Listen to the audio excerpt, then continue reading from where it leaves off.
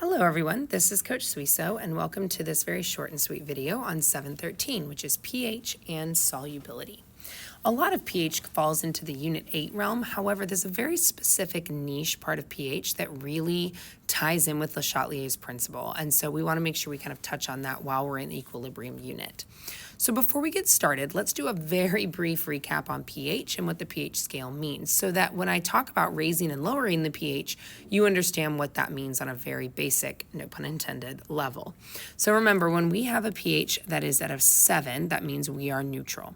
If we raise the pH, that means we're becoming more basic, and therefore we'd have an increased concentration of hydroxide ions. So that would fall kind of closer to 14. If we lower our pH, then we are becoming more acidic, and we're going to have an increased overall concentration of H plus ions in solution. So that will matter when I'm kind of talking about how I'm going to shift these reactions by like raising the pH and or lowering the pH. I do it by increasing or decreasing the concentrations of hydrogen or hydroxide. So let's look at how it ties into Le Chatelier's principle.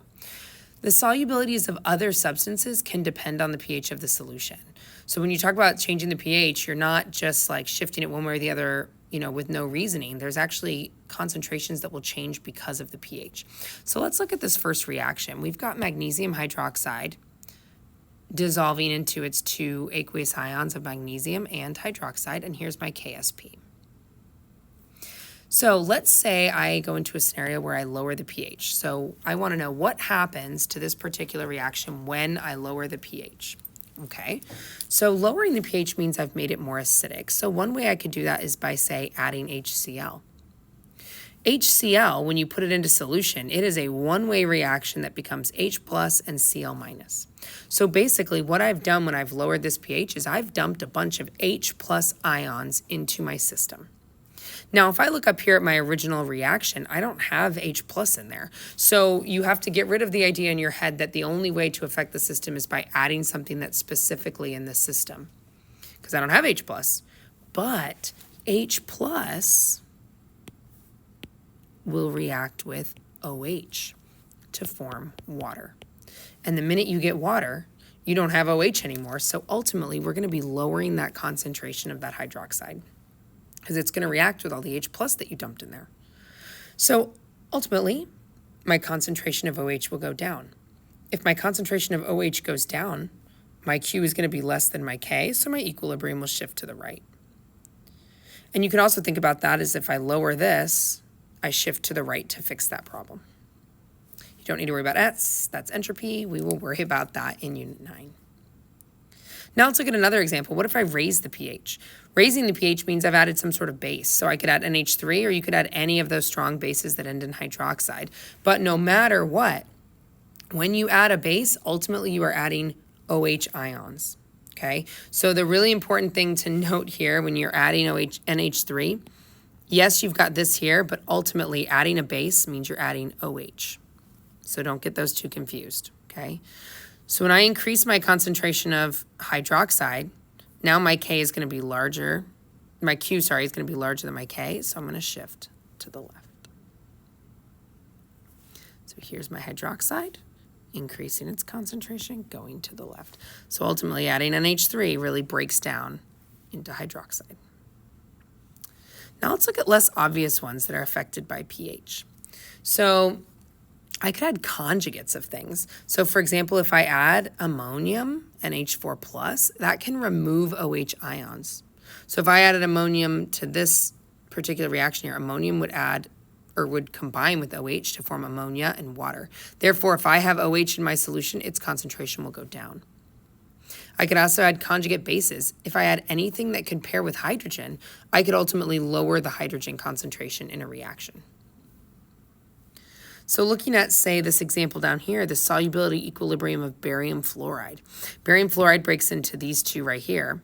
There's no hydrogen or hydroxide in there. However, if I wanted to lower the pH and I added a bunch of hydrogen to it, again, no hydrogen in there, right? Like, I'm not specifically changing one of the specific concentrations in there, but adding that hydrogen means those hydrogens are going to bond with this fluoride to form this, ultimately lowering the concentration of it. And if it lowers the concentration of it, it's going to shift to the right. Hopefully that makes some sense. Let's look at the together. And you have the answers right in front of you, but I would sort of stress, don't look at the answers right away. Just kind of look at how I walk through this. And hopefully this will make it make more sense. So I've got this equilibrium system that has two colored species. I've got CrO4 2-, that's yellow, and that's right here. And then I've got Cr2O7, and that's orange. It says predict the color in the reaction vessel after each of the following additions to a system at equilibrium. So here I'm going to add NaOH. Okay, again, I don't have NaOH in my original system, but by adding NaOH, what I'm really doing is adding OH minus. OH minus is going to react with that hydrogen to form water. So ultimately, my hydrogen concentration will go down. Therefore, that's a very messy therefore. Therefore, my reaction will have to shift to the left and will be yellow. If I add the addition of HCl, that really means I'm adding a bunch of H+ ions. That does directly affect it. So overall here, my H+ concentration is going to go up. So I will shift to the right, and it should be orange. Now, number C is tricky. I really like C. This is a really good question because it forces you to think about what's actually going on here. If I add barium nitrate, okay, there is no barium nitrate in my original equation. However, that's going to break into barium 2+ and nitrate. Nitrate's irrelevant, right? It's a snap ion. Who cares? Doesn't do anything. But barium then, it says here that this compound has a KSP of 1.2 times 10 to the negative 10, and that this compound with barium has a KSP that's large. It doesn't even tell you. It's just large. So we know that this KSP being small is going to stay as a salt. But this KSP being large will go to ions. So that means if I take this barium and I put it with this one, right, with this ion, that one stays as a salt. So that actually will combine with this and form a salt, which means over time the ion concentration here will go down because I've taken it and I have made a salt out of it, losing that ion in solution. Now let's look at what it'll do to the other one. If I combine it with this one, well, that's got a huge KSP. It won't stay as a salt. It goes towards my products, which is the two ions. So that's not really going to do anything. If anything, you're just going to keep that concentration the same. So this concentration ultimately will go down as it makes that salt because the KSP is so small, which means we are going to shift to the left and it will be yellow. Hopefully that makes sense. You've got a We Do right below, which is also really good. You've got a scan that you can watch it on QR code so you can see how it works. And I'll also go through that one on Monday before we do our FRQ whiteboarding. Hopefully this makes sense and you understand it. You're going to go into the multiple choice madness next. There's only 2 you-dos, so it'll take 2 seconds to do them when you eventually do them. And if you have any questions on this, you can let me know on Monday. Thanks.